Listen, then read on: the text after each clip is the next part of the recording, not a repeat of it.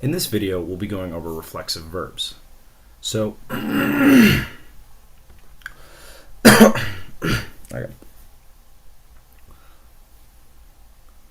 In this video, we'll be going over reflexive verbs. So let's first talk about what exactly a reflexive verb is. Well, a reflexive verb is essentially when someone does an action to themselves or a part on their body.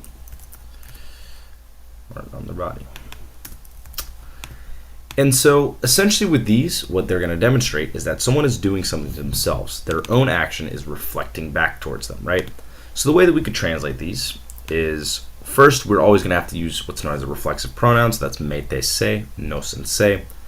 These indicate that someone's doing it to themselves. So me would be like myself, te, yourself, him or herself, nos, ourselves, and finally their selves. Could also be like your guys' self, but I guess that doesn't really translate well in English, but it's basically like if you guys did something that reflected back to you that was that you're doing it to yourselves, right? So yeah. Now, one thing to note as well is the placement of these. These will go before conjugated verbs and before negative commands, or attached to the end of infinitives, affirmative commands, and gerunds, so like ando and ando or like ing. Now, the two main ones we're going to focus on today is conjugated verbs and infinitives, because especially in the lower levels of Spanish, these are going to be the two most important. And by far the most common is in front of conjugated verbs, because every single sentence has a conjugated verb. While, for example, with all these other things, a lot of sentences won't even have one. So, let's go over how we would use these. Now, first, I want to show you an example of a sentence that would be reflexive and one that wouldn't be reflexive, but using the same verb. So, for example, if I were to say, I wash the car, and I wash myself. Let's start with I wash the car. So we'd say, to wash is going to be lavar. So we have to say, I wash, lavo, el carro. Say yo lavo el carro, or just lavo el carro. So you can see I wash right here, and then the car, el carro. You may hear coche as well. That also means car in Spanish. Either one. And then I wash myself. Now, what this is going to indicate here is that we're using a reflexive, right? We're doing something to ourselves. So what we have to do first, what I usually like to do is I like to start with the action. So what's the action? Well, we got lavar, to wash. Who's doing the action? I'm doing the action, right? Lavo.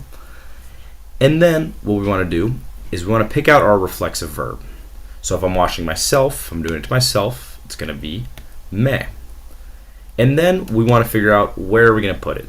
So in English, it would make sense to put it afterwards, right? I wash myself. But the thing is, in Spanish, when it comes to these types of pronouns, so reflexive verbs, indirect object pronouns, direct object pronouns, it actually always goes before the conjugated verb. So we have the conjugated verb right here. We have this verb that we've changed to reflect who's doing it, when it's happening. And then what we're going to do is we're going to put it before. So me lavo. The literal translation being me, I wash. Makes sense, right? Kind of sounds like caveman English, but still making sense. So essentially what reflexive verbs are demonstrating is that someone is doing it to themselves. Now, another thing that I think is very important is that they also could do it to a part of their body. Could be to a part of their body. And the reason why this is important is because when we speak in English, sometimes we wouldn't say that. So for example, if I were to say, you brush your teeth, I wouldn't say you brush your teeth yourself. I would just say you brush your teeth, right? But they consider your teeth as well as a part of your body, so you're technically doing it to yourself, right? And so let's take a look at how we would say that. So to brush, or to brush oneself, be cepillarse. You can see how I'm putting it in infinitive form. This is essentially meaning to brush oneself. Whenever we have the infinitive here with a reflexive attached to the end, which would be in the third person always, it's basically just going to reflect that it's to brush oneself, right? Or lavarse would be to wash oneself, so on and so forth. So the se attached to the end is just going to be showing you that it's a reflexive. So cepillarse, here's what we're going to do. So if I want to say you brush your teeth, as I said, it functions a little bit differently. So first what we're going to do, I always like to start with the verb, as I was saying. So let's take the word cepillar. Let's say you brush, you're doing the brushing, right? So cepillas.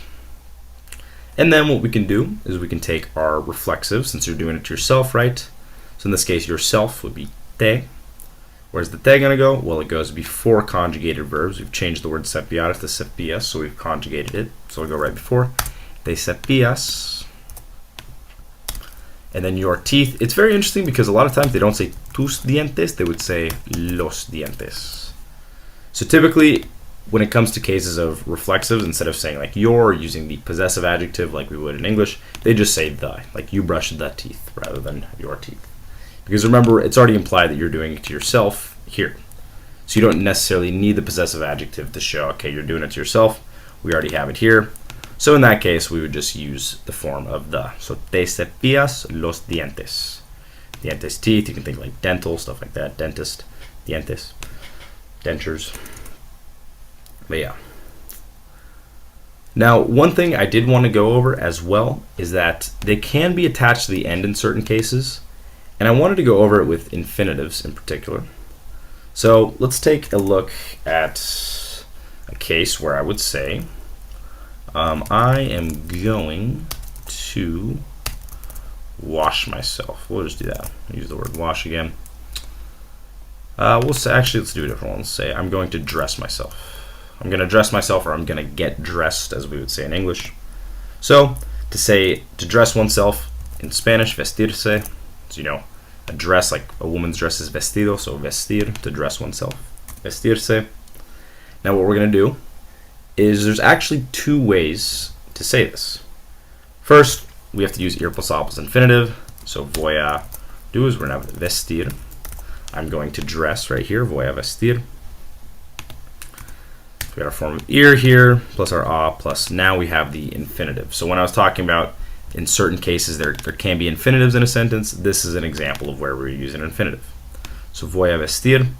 And then now what we're going to need is the reflexive, right? We want to show that we're dressing ourselves, not that we're dressing someone else, but we're dressing ourselves.